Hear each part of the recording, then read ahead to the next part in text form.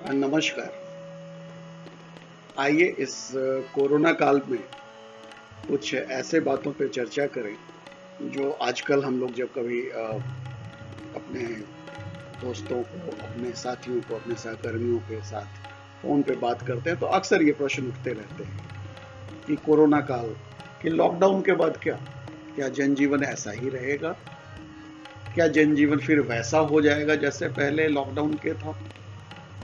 तो इस पे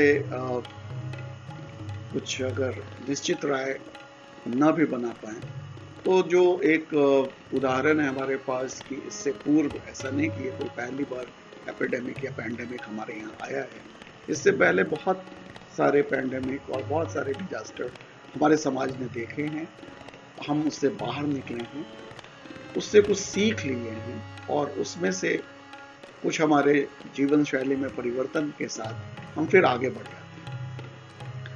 तो अगर इस कोरोना के पैंडेमिक के बाद के जनजीवन की बात करें, अपने सामाजिक जीवन की बात करें, तो जो सबसे पहला असर हमें अभी दिखना शुरू हो गया, और शायद आप हमसे सहमत होंगे कि अभी जो ये समय चल रहा है हमारा अप्रैल मतलब 14 तारीख के बाद का, वो लगन का समय था। शादियां बहुत सारी फिक्स थी, उसकी सारी उसके सारी व्यवस्था हो गई थी, लेकिन वो कैंसिल थी। इसी बीच में कुछ ऐसे भी समाचार देखने को मिले जहां शादियां ई मैरिज के रूप में आप कह सकते हैं कि ये लड़की इंडिया में और लड़का कहीं विदेश में, और उनके बीच जो शादी का रस्म अदायगी कराया गया। तो आगे मैं एक छोटे उदाहरण से इसको इसी को आगे बढ़ाना चाहता हूँ कि हमें याद है कि बचपन में, मेरी उम्र करीब लगभग 60 साल होनी चाहिए, तो बचपन में हमें याद है कि हाथ से निमंत्रण पत्र लिखा जाता था शादी का, और उसे लेके गांव में नाई पूरे गांव में और फिर जो हमारे रिश्तेदार होते थे वहां तक उसे भेजा जाता था। फिर उसके बाद नाई की भूमिका थोड़ी कम हुई, हमने प्रिंटेड शादी के कार्ड छपवाने शुरू किए, और जो दूर रहते थे उनको हमने फिर से वो शादी का कार्ड जो है वो हम लोगों ने कार्ड डाक से भेजना शुरू किया। आज हम लोग चर्चा करते हैं जब आपस में, तो होता है कि शादी की जब बातचीत चलती है घर में, तो तय यार बड़ा कठिन काम है ये कार्ड छपा के उसको घर घर तक पहुंचाना। और तब कोई सुझाव देता है, यार जो अपने लोग हैं उनको कार्ड क्या देना है, उनको व्हाट्सएप पर एक मैसेज डाल दो और बाद में फोन कॉल कर।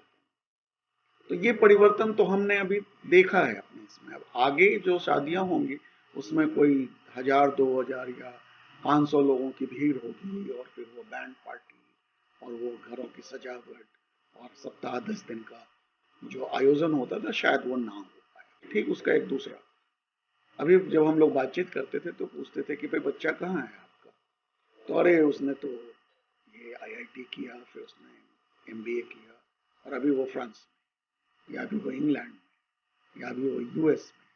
और ये बड़े गर्व के साथ वो माता पिता बताते थे और बताते हैं अब। लेकिन आज इस लॉकडाउन में जिस तरह से लोग फंस गए हैं, और उसमें जब वो आना संभव नहीं हो पा रहा है, तो बातचीत का थोड़ा सिलसिला बदलना शुरू हुआ, और लोग कहते हैं छोड़ो यार, थोड़ा कम भी पैसा मिलता तो बेहतर था कि बच्चा अपने ही साथ रहता, कम से कम साथ तो रहते। बहुत सारे बच्चे कोटा में फंसे हुए, वो एक एजुकेशनल हब बन गया। आपको शायद आश्चर्य हो जान के कि वहाँ सबसे ज्यादा बच्चे बिहार के जाते हैं, और वहाँ जो शिक्षण संस्थान है, कोचिंग इंस्टीट्यूट्स हैं, उसके बहुत सारे शिक्षक बिहार के हैं। तो ये बड़ी विडंबना है, बिहार के ही शिक्षक, बिहार के ही छात्र, लेकिन संस्थान कोटा में है। तो शायद हो सकता है आने वाले समय में अब इस तरह की बातें सोची जाए कि हम अपने बच्चों को उतनी दूर नहीं भेजेंगे जहां इस तरह के लॉकडाउन की समस्या में जो दिक्कत आई है उसे दोबारा झेलें। जब बच्चे नहीं जाएंगे तो क्या होगा? तब वो संस्थान सोचेगा कि भाई हम वहां चलें जहां तक बच्चे आसानी से आ सकते हैं। हमारे यहाँ काम नहीं है, इसलिए हम दूसरे राज्यों में हमारे श्रमिक जो हैं, मजदूर भाई हमारे माइग्रेट कर रहे हैं। अब स्थिति है कि वो वापस आने की जो अभी उनके जो तावलापन है वो घर वापसी का है ना। तो माइग्रेशन के कारण बाहर जाके जो उन्होंने धर्म उपलब्धि की और जो परिवार को चलाया, वो एक समय की मांग थी, उसे लोगों ने किया। लेकिन हो सकता है कि अभी जिस परिस्थिति को झेला लोग 500, 700, 1000 किलोमीटर से भी ज्यादा पैदल तय करके अपने घर की तरफ वापस आए, दोबारा शायद वो कदम घरों से बाहर निकलने के पहले 100 बार सोचेगा कि क्या फिर वापस जाया।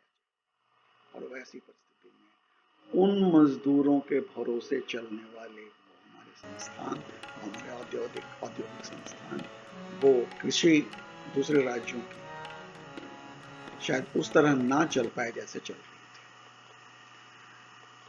ऐसे में संभव है कि लेबर इंटेंसिव या लेबर की प्रचुरता जहां ज्यादा होगी, शायद वहां औद्योगिक संस्थान आ सके। मैं शिक्षा के क्षेत्र का एक उदाहरण देकर अपनी बात अभी समाप्त करूंगा।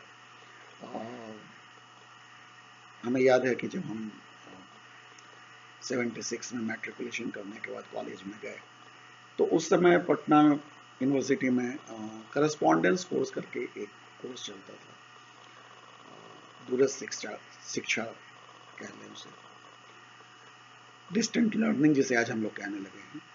तो हम लोग उसमें जो एडमिशन लेते थे बच्चे, उसे बड़े हेय दृष्टि से देखते थे। उसे लगता था कि शायद इसका एडमिशन रेगुलर क्लासेस में नहीं हो रहा है, और ऐसा होता भी था। लेकिन आज आप देखेंगे कि जो इंदिरा गांधी ओपन यूनिवर्सिटी है या नालंदा ओपन यूनिवर्सिटी है, ऐसे ऐसे बहुत सारे दूरस्थ शिक्षा के संस्थान खुल गए हैं, जहां से लोग डिग्रियां ही नहीं प्राप्त कर रहे हैं, बल्कि जो रोजगार के अवसर में वो कहीं पीछे नहीं है उसमें। तो इस तरह की परिस्थिति में जब आज हमारे स्कूल और कॉलेज के खुलने में सबसे ज्यादा विलंब होना है, तो निश्चित तौर पर आगे जो समय होगा उसमें हम ऐसे स्कूल और कॉलेज जहां रेगुलर क्लासेस हुआ करते हैं, उसमें शायद जो बहुत टेक्निकल क्लासेस होंगे जिसमें प्रैक्टिकल जैसी चीजें बहुत जोड़ी हैं, उसके लिए तो हम उस तरह के संस्थान में जाएंगे। नहीं तो फिर हम दूरस्थ शिक्षा जो हमारे डिस्टेंट लर्निंग है उसको आगे बढ़ावा मिलेगा। और जैसे ही ये डिस्टेंट लर्निंग और इस तरह की चीज़ों, और खास करके शासन प्रशासन में जो ई गवर्नेंस की बात बहुत तेजी से आ रही है पिछले 1 दशक से, तो उसमें अगर आप देखेंगे तो जो इकोनॉमी का सेक्टर बहुत बड़ा बूम करेगा, वो होगा हमारे सॉफ्टवेयर का, वो होगा हमारा हार्डवेयर का, वो होगा हमारे इलेक्ट्रॉनिक गैजेट्स का, और बहुत सारे सेक्टर्स हैं इकोनॉमी के वॉश आउट हो जाए, कुछ अभी क्वारंटाइन हो जाए, कह लीजिए हाइबरनेट हो जाए, जैसे रियल एस्टेट है, ऑटोमोबाइल इंजीनियर है, ऑटोमोबाइल इंडस्ट्री हमारी है। तो ऐसे अगर आप देखेंगे तो यह निश्चित तौर पे कोरोना काल के बाद का जो हमारा काल है वो सामान्य नहीं रहने वाला है। उसमें बहुत सारे परिवर्तन होंगे और बहुत सारी चीजें हैं जो पहले की हमारी कंटिन्यू करेंगी। तो इनसी एक चर्चा के बाद मैंने सोचा कि मैं आपसे थोड़ा शेयरिंग करूं, ताकि आगे कुछ खुराक दिमाग में मिले और हम और भी बातें इस पे कर पाए।